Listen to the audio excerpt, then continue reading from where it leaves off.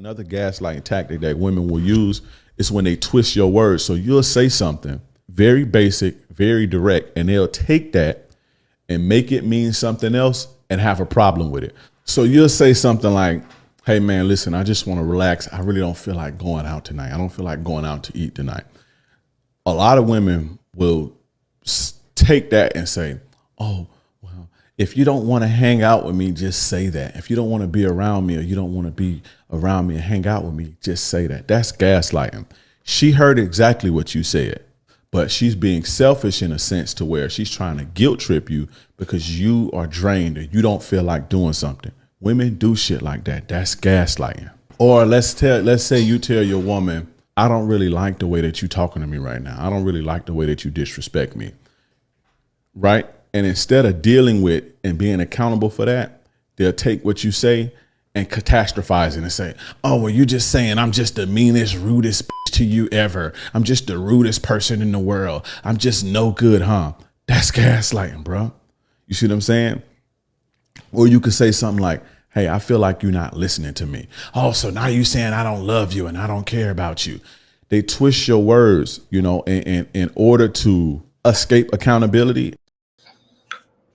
Or how about the most common one that you hear now is when you don't want to spend money on a particular thing, and the first thing that they want to do is say, "Oh, if you ain't got it, just say if you broke, then just say that."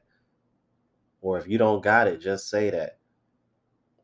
Like it's gotten so bad that women are using gaslighting to make you spend money that you don't want to spend.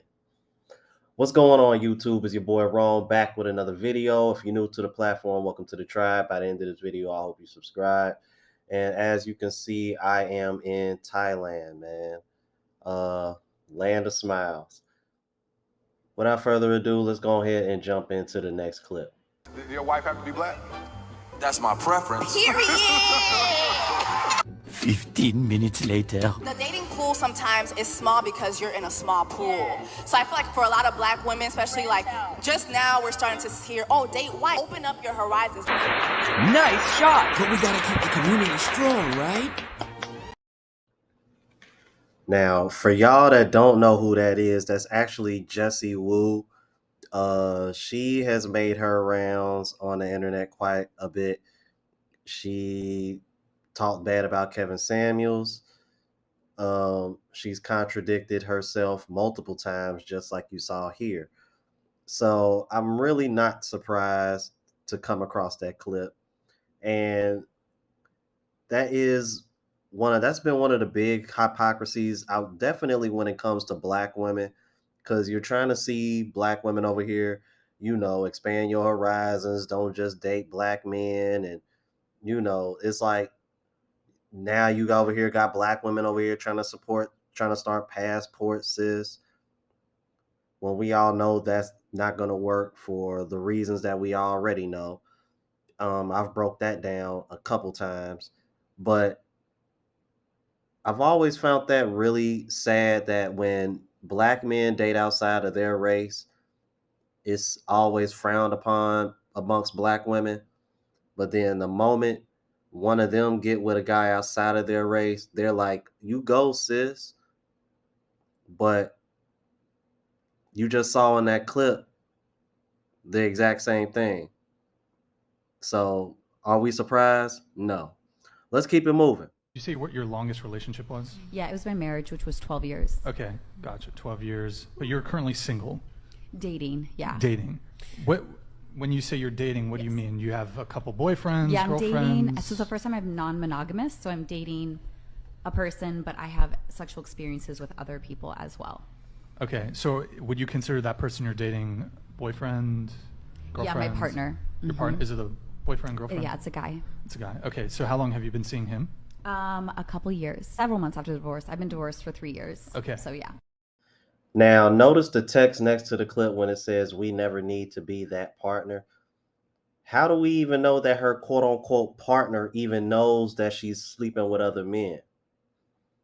Now, I would like to hope that they're at least in an open relationship where there's communication and maybe the guy already knows this.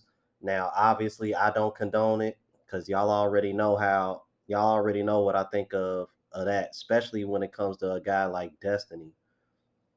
That's a whole nother video in itself. But yeah, you never want to be that guy, especially a woman coming off of a 12-year marriage, which more than likely she probably the one that broke it. And she's acting like a woman who never had a 304 phase, therefore she feels entitled to have it now, when you can clearly tell that she's probably on the later end of 30, closer to 40. And I'd imagine, oh my God, I feel bad for her partner. That's all I'll say about that, man. If he doesn't know, better hope he wasn't watching that episode or whatever podcast, because if so, man, all I can say is She belongs to the streets. now let's keep it moving. Female role models in the West are very bad. You got Cardi B, Kim Kardashian, Meg Thee Stallion, City Girls, people like Lana Rhoades. You got all these girls, right, that are like telling women a bunch of bullshit, right? And here's the funny part.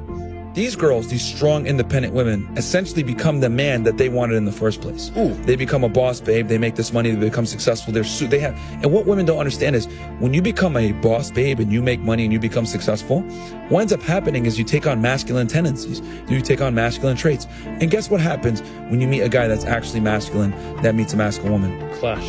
Yeah, it's a clash. But the problem is that so many women think acting like a guy, chasing a career, being masculine, being dominant, being competitive. Let me challenge you, all this fuck shit is attractive. It's not. Yeah. And I tell girls all the time on the podcast, all right, so you think it's attractive for you to be a boss babe, blah, blah. Yeah, it is. Okay, well, you know what? How about this? How about on Saturday nights, I wear heels and I wear a dress. Would you go out with me?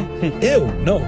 Fantastic. That's exactly how men feel when you talk about you being a boss babe and competitive. Oh my God, no, it's not. It is the same, because a masculine woman is just like a feminine man. But here's the craziness.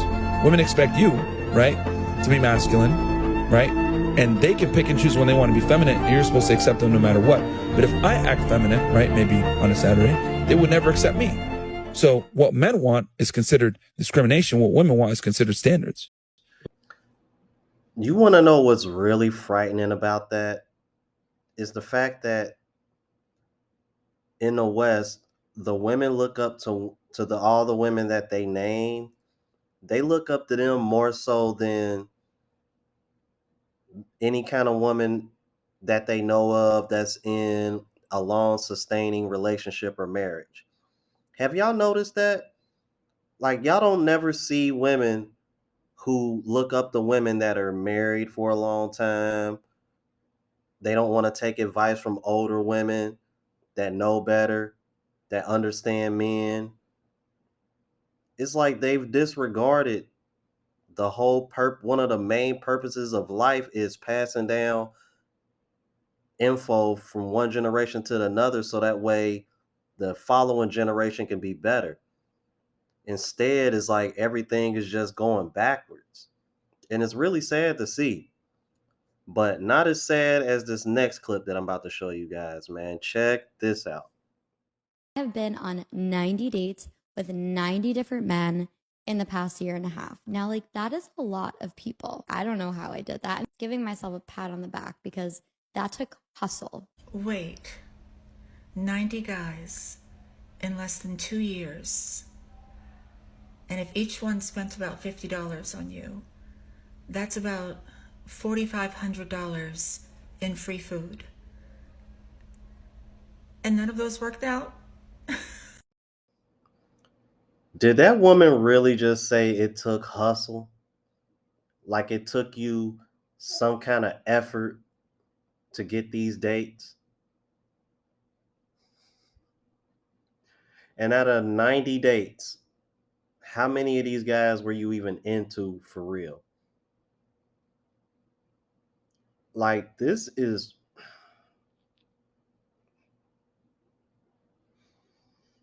a joke, man. This is a joke. And women wonder why guys are checking out and don't even want to go on dates anymore. Because women putting up videos and confessing to bullshit like this.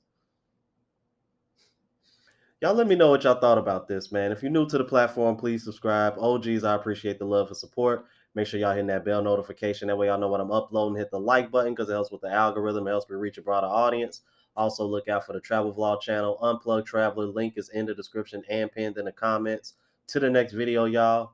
Deuces.